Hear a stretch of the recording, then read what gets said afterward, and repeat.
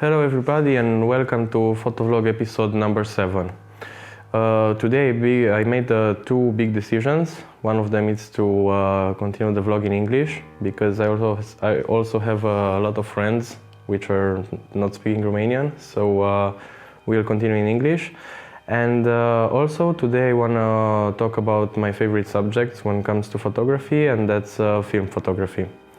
My name is Andrei, and if you're the first time on this channel, please don't forget to subscribe, like and comment to this video. Now let's start.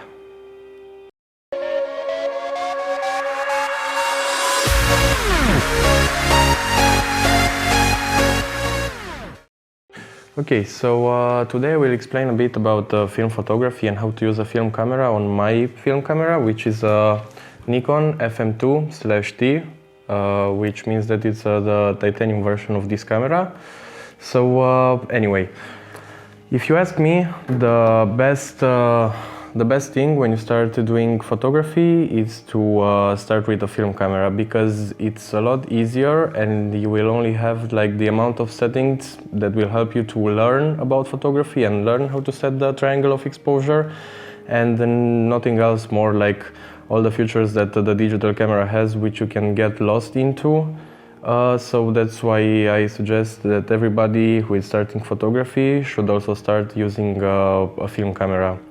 So I will start showing you how to do the settings on my film camera, my Nikon, and also talk about a bit of the differences between a digital and a film camera, which are the advantages and which are the disadvantages, and why film is coming back. Like in the lately years, a lot of people are starting shooting on film again, and the sales are going crazy on the second-hand film cameras and the film themselves. So before showing you the camera itself, I want to talk about what film means and what's the difference between film and digital photography. And it's as simple as it can be, because it's in the name of the camera. Like, let's say I have here an SLR, and we all know that the new cameras are DSLRs. The abbreviation of this is SLR for single lens reflex, and DSLR is for digital single lens reflex. So basically it's exactly the same technology that is also in the digital cameras, but the aspect that is changed, it's a very simple one. In the digital cameras we all have like a sensor which has a different amount of megapixels, a different dimension, if it's a full frame or if it's a crop sensor or whatever. So here it's where the beauty of films appears, because instead of the sensor, the film cameras use the film, which means that every time you shoot, you can choose, like, let's say, to a different sensors, because whatever film you choose to use, it will be a different sensor for your camera, like different colors, different tones, different aspects, and here is the beauty of the film from my point of view. When we are talking about these aspects of the film cameras, there is also one disadvantage. Yeah, the advantage is that you can change your sensor, I mean your film, every time you shoot, and that means you can change the mood of the photo. But as you can remember, as we talked in episode number 2 about the triangle of exposure, you have the 3 settings that you can play with, which is the aperture, the ISO, and the shutter speed. Well, here at the film cameras, the ISO, it will always be a fixed one, because when you buy a film, like it's this one over here, which is a Rolei Retro 400, means that it will have a fixed ISO of 400. So when you load the film into the camera, as we will soon do it so you can see it, you will have to fix the ISO of your camera on 400 and use it like that for the entire roll. So the only settings you will be able to play with will be the aperture and the shutter speed. That's why when you buy a film, also after choosing the aesthetics of the film, like if you want it black and white, color, the different tones of colors or contrast of black and white, films, you have to know in which condition of light you will shoot, so you can pick the right speed of the film, because this is how it's called, how fast is the speed of the film, which means in the end with what ISO you will shoot. Here we have my camera, the Nikon FM2/T. So now I'm going to show you like how you can set it, because it's extremely easy. Like you should never be scared about having a film camera in your hand, because it's a lot easier than having a digital one. It's just the fact that I don't know, it's a vintage thing, and maybe some people are usually a bit afraid. They think that it's a lot harder, but no, it's not. So let's start. Here it's the arm button, which helps you to move the roll on your camera. So here is like you arm and then you shoot. Arm and shoot. That means that every time you arm a frame from your roll, it will be moving inside the camera, and then you will expose it to the light, and the photo will appear on it after you develop the roll, obviously. Alright, then here you have the shutter speed and the ISO settings. So I'll come a bit closer with the camera and hope for some focus. Yeah, alright. Now, as you can see here, you can change the shutter speed from 30, 60, 125 to 50 of a second or whatever. And then if you move up the button, as you can see in that little window, you can change the ISO from 400, 800, whatever, until to actually 6400, yeah. So this is how you change the ISO and the shutter speed, but the ISO will always have to be fixed, depends on what film you use, as I said. And now you have to change the aperture, which you will change it like from the lens, not from the camera as you usually do on a digital camera, because it's old school, and because the aperture it's a lens feature. In old school cameras, it's really on the lens. So here, as you can see, I have a point here, a black point, and you can see that the line to it is the aperture. Now it's 1.2, I can go to 2, 2.8, whatever, until how far your lens can go. Alright, so this is how you change the triangle of exposure on Nikon FM2. Now I will continue showing you the other features that this camera has. Okay, now that you saw how to set the exposure on your camera, I will show you the other things that this camera can do. As you can see, you can connect on the top of the camera TTL flash, like at every other cameras, and on the shutter speed button, you can see that you can sync the flash at 1 on 250 of a second, which is pretty good. Like it's better than some digital cameras from today. And then you will ask what this part is. Well, this part it's related to the inside of the camera, because here, if I move it, I will open it. Here is where you will usually load the film on the camera. Here is where you put the roll of the film, and here it will be the curtain, which protects the film from being exposed.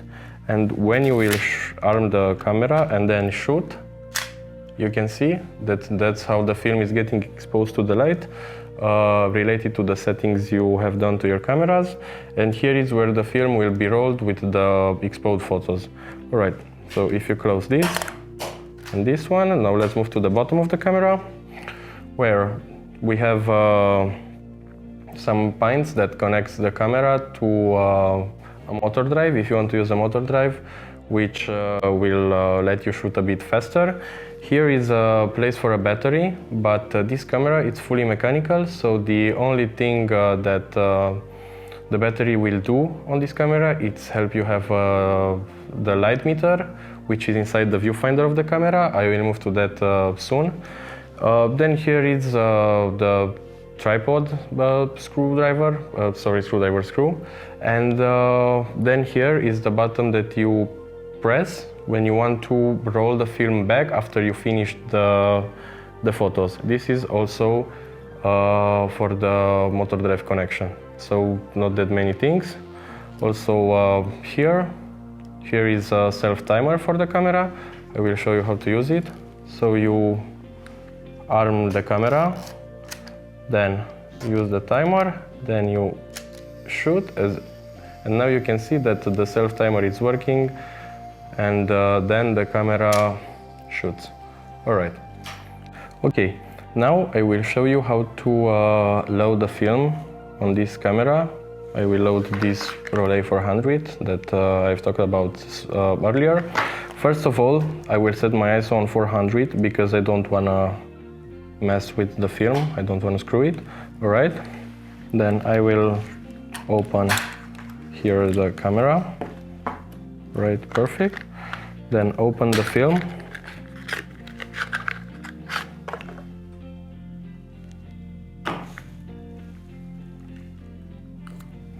Alright, I will put it on its place here, then lock it, and now I have to move it until here. Sorry if it will not be that easy, but I'm also trying to do it so you can see. So I have to put it in between these things, alright, and now I will use the arm button, 1, and shoot, second, and shoot, and as you can see you have to have these pines of the camera in the film, so you can be sure. Now you can lock it, perfect. And now, to be sure that the film is rolling, you will have to arm it again, and when you arm it again, you have to make sure that this part is rotating. That means that the film is moving frame to frame. So, as you can see, it was rotating, and now here, just wait for some focus, here, okay, it's the counter of the photos. And as you can see, now there are just some dots, so I will have to do some frames, like only another one now, to shoot it. And as you can see, the next value that I have, it's 1.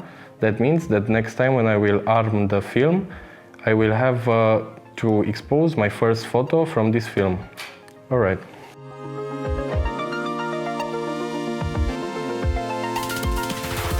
Okay, so now before we are ending this vlog, I want to tell you in the end why I like and I think that film photography it's better, or no, it's not better, but why I like it more. So the thing is that the procedure of seeing the photo after you shoot it on film, it's a lot longer than on digital, and you will not be able to see the photo on the back screen of the camera because it doesn't have such a thing, the camera. So yeah, first of all, you have to choose the film that you're going to shoot on. You have to choose the camera and the lens, and these are the things that, okay, you can also choose on the digital camera. But after, the procedure that you have to do to see the actual photo, it has to go through some other steps that will also define how the final photo will look. Are the chemicals from the darkroom that you are using to develop the films, because you can use different chemicals to have different results, and then you have to print the photo and you have to use an enlarger, and you can choose how to print it, which dimension, where to have the focus when you print it, and a lot of things like this which are making the photo look exactly how you want it to look. And also there are some techniques in the darkroom that you can use to post-product your photo, as you use like the softwares like Capture One, Photoshop or Lightroom on the digital photos. And as a matter of fact, I just think that you can tell a story easier with film photography. It will always have more soul in it, more emotion, and yeah, that's why I like it. Now I will leave you with some prints of the photos that I shoot on film, so you can see what I'm talking about. Please tell me in the comments if you like it. And don't forget to like, share and subscribe to this channel, to press that bell to always be notified when I upload a new video. And yeah, see you next time. Hope you enjoyed this one.